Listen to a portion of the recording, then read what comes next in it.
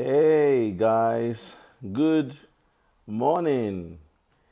This is Diary of a Coach, and today is episode 345.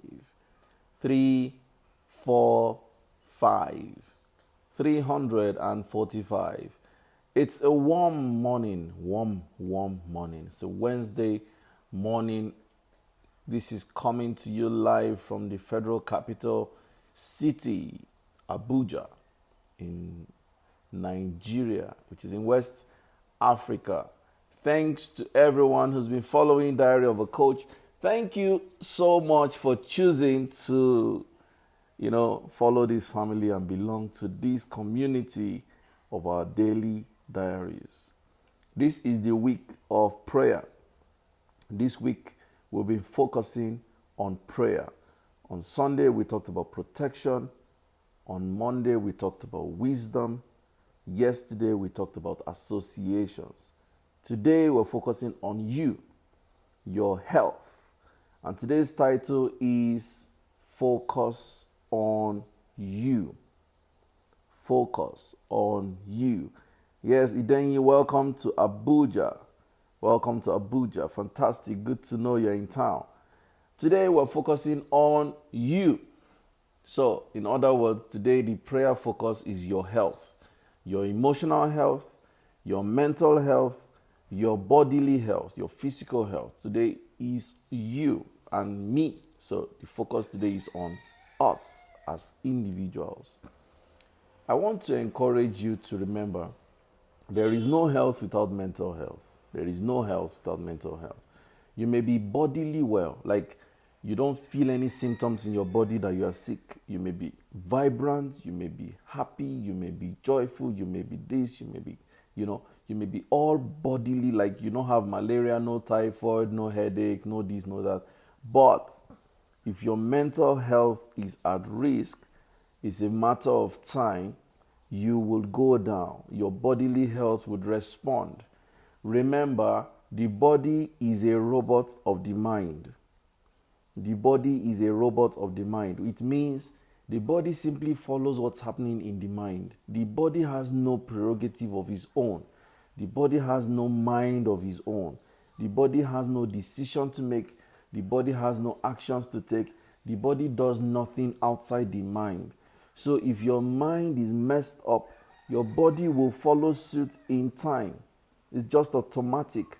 As your mind is messed up, your body is going to respond in a matter of time. Weeks, days, months, years, your body will respond. So if your mind is messed up, your body would follow.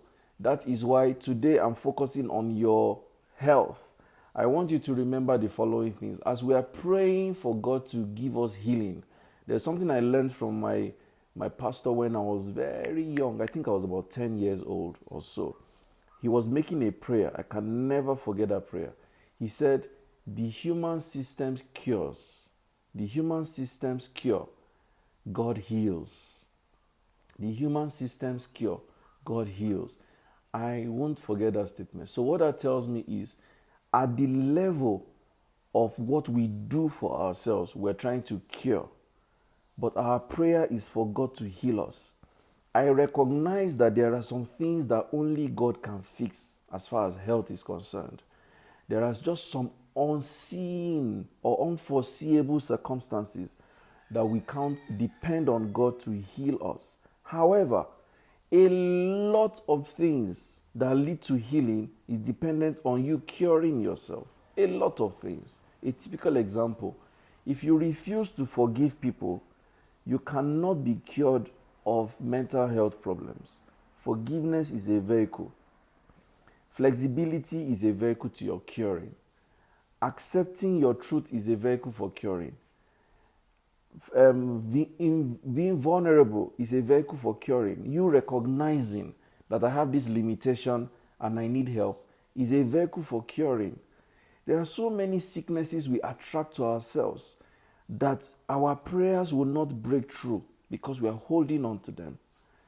When you continuously indulge in wrong eating, you are exposing yourself to bad health. When you continuously expose yourself to vices or excesses, let me not call them vices, let's call them excesses, like heavy drinking, like heavy smoking, like binging on food and drinks and sex and all those other things that can expose you unduly, you are making yourself unhealthy. So, as we pray for healing, we must walk our curing. I want you to write that down. As we pray for healing, you must walk your curing. It means that you must position yourself to be in the best possible health status. Drink adequate volume of water. For instance, we're in a very hot period right now in Nigeria, and the weather is very hot, dry, and needing for you to, rehydrate as often as you can. I'm also guilty of this. We must take as much water as we should so that we're in the right place of health. You must eat proper food. Proper food. You may want to eat junk. Yeah, shawarma, pizza, this or that, not a problem. However, this should not replace proper food. Now, there's even another level in proper food. Aside eating proper food, you should eat fresh food. Fresh, which is one thing we don't do around here. I was at a program. Who was talking over the weekend? My lecturer in school was speaking over the weekend, and he said, "Did you remember that our fathers and forefathers always ate fresh food every day?" It looked like they were stressing their wives, but they knew that the greens were necessary. And because we have come of age where we freeze everything, we put everything in the freezer, everything is frozen, it is a counterproductive measure. Eat fresh food. Eat food, proper food. And if possible, lower the carbs, increase the proteins, increase the vitamins, depending on the dietary, requirements that you need for your body. I am not a dietitian, so don't count on me for expert advice with respect to the kind of food to eat. All I'm saying is eat proper food, eat fresh food, and eat fruits. So one, I've talked about water. Now I'm talking about food. If you have the time, and I think we should create the time, the minimum exercise you should do in a day, I hear that just 30 minutes of brisk walking can do a lot of magic. Those who want flat tummies, I hear that running. I was in level 1 of mental health first aid. We had a fitness coach in class as a participant, and he was saying that many people have been misled to say, do tummy talks, do tummy this one to flatten your tummy. He said, no. The simple step to lowering or flattening your tummy is running. He said running is the what's the word they use in workouts? Is the procedure, let me use that word, to flattening your tummy. So if you want to have a healthy flat tummy, run. If you want to have a healthy, smart thinking and smart body, have a brisk walk. 30 minutes in a day. If you can do that 3 times in a week, it's fair enough. So all I'm saying today is, as we pray for healing, let's walk our curing. As we're praying for healing, let's walk our curing. As we pray that God heals us, let us cure ourselves of mental stress, emotional stress, and bodily stress. When you are emotionally pushed to the wall, speak with someone. Because sometimes, like yesterday, I was counseling some lady, and she said, "Coach, I'm done. I'm done talking. My husband has done this, done that. Right now, I'm done talking. I'm not talking again." And I said, "You know what? For my sake, can we give you one more try?" And I asked a lot of questions, because sometimes you just come to a point in your emotions that you just shut down and say, "You know what? I'm not even having this conversation again. I'm done." No, don't do that to yourself. So, as we pray for healing, work out your curing. Make sure that when you think about yourself, you feel that whatever I'm not in sync with, I'm fixing it. I do this a lot. Many times I check myself. Are you troubled? Are you worried? Are you distressed? Are you anxious? I think these things. I do like a mental check. And then as I'm checking, at any point I feel like I'm not feeling myself, I ask myself, what is the reason? I go back to the point where I think it may have started. Then I ask myself, what can you do about this? I make sure that at every given point and every given time, I am in a place where I'm serene. It is a task that I put myself through, and it always helps me. So, as we pray for healing, you must walk your curing. You must, once in a while, x ray your emotions. Am I feeling okay? I'm not feeling okay. When did I start not feeling okay? What should I do about it? X ray yourself. Am I sensing that I'm happy? Am I sensing myself? Am I in a good place? When you are not in a good place, ask yourself, what is the reason? What can I do about it? Always do this. So that as you're being in your good place, then your prayer about your health can work. I want you to understand something. The older we grow, the more exposed we are to different illnesses. The older we grow, when you hit 40s, they say there are some kinds of illnesses that you may be vulnerable to if you don't do this or do that or do that. As you hit 50, it comes with its own. As you hit 60, as you hit 70, the older you grow, the more open we are to health issues. So it's better to begin to safeguard ourselves. As we pray for God to grant us the best possible well-being, we must also work it out. You must be open to being in a healthy place.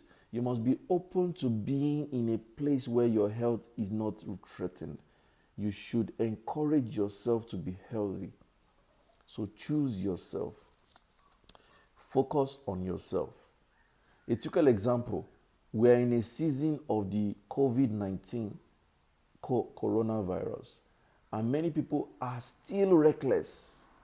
You are praying for God to protect you from contracting the virus, but you are not protecting yourself. When last did you use a hand sanitizer? When last did you wash your hands? When last did you ensure that you don't touch staircases and rails and tables and platforms? We've talked about this several times in Diary of a Coach. When last did you take precautionary measures to protect yourself? When last did you decide that I'll protect the people around me by being protected myself? These are some of the things. God by himself will not come and remove your hand from the handrail. God by himself will not come and spray the hand sanitizer into your hands.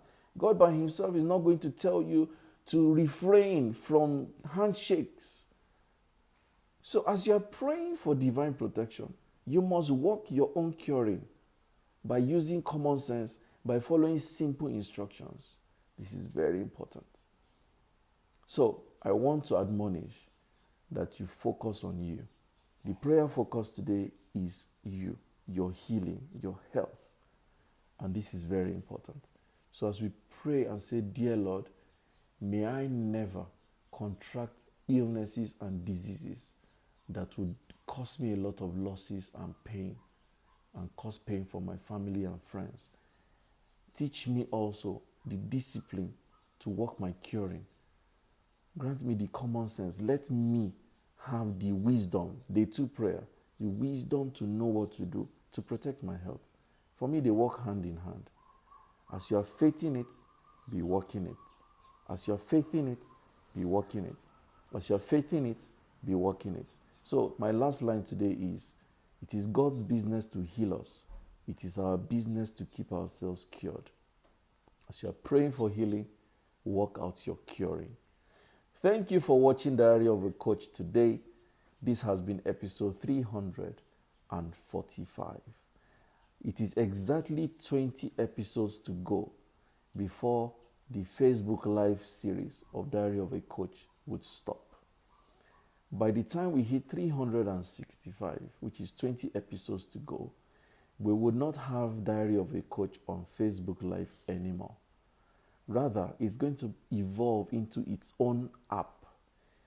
Diary of a Coach is now going to be a mobile app by itself. from where you'll be watching me share with you day-to-day tips, regular, every day. You will receive notifications from the app. You would watch it any time of day. You don't miss it. You don't have to scroll through my timeline to look for Diary of a Coach. It's going to be personalized for you because it's going to be within your control. I'm looking forward to that. So from episode 366, which goes live on April 18th, we're going to enjoy a new level of Diary of a Coach. And this comes for a very tiny token. And so I'm grateful to those who have said they will join. And if you're yet to decide, go through my timeline, read the details. The token is very small. So for every day of Diary of a Coach, you're paying just 50 naira. If you choose to do a weekly subscription, you're paying 300 instead of 350. If you choose to do a monthly subscription, you're paying 1,000 instead of 1,500. If you choose to do a quarterly subscription, it comes to about 2,500. If you do half year, it is just 4,850. And if you do for a whole year, it's just 9,500 of everyday content that comes with links to my resources via a mobile app. I love what we're doing in this community. So I don't want to let you go, and I know you won't want me to go. So let's move to the mobile app. Effective 18th of April, we go live on that app. Effective episode 365, we stop being on Facebook. How do you see that? Thank you so much for being with me today. I love you. Make sure you enjoy your week. It's a lovely, lovely day loading, and I want you to enjoy every moment. Have a wonderful Wednesday. God bless you.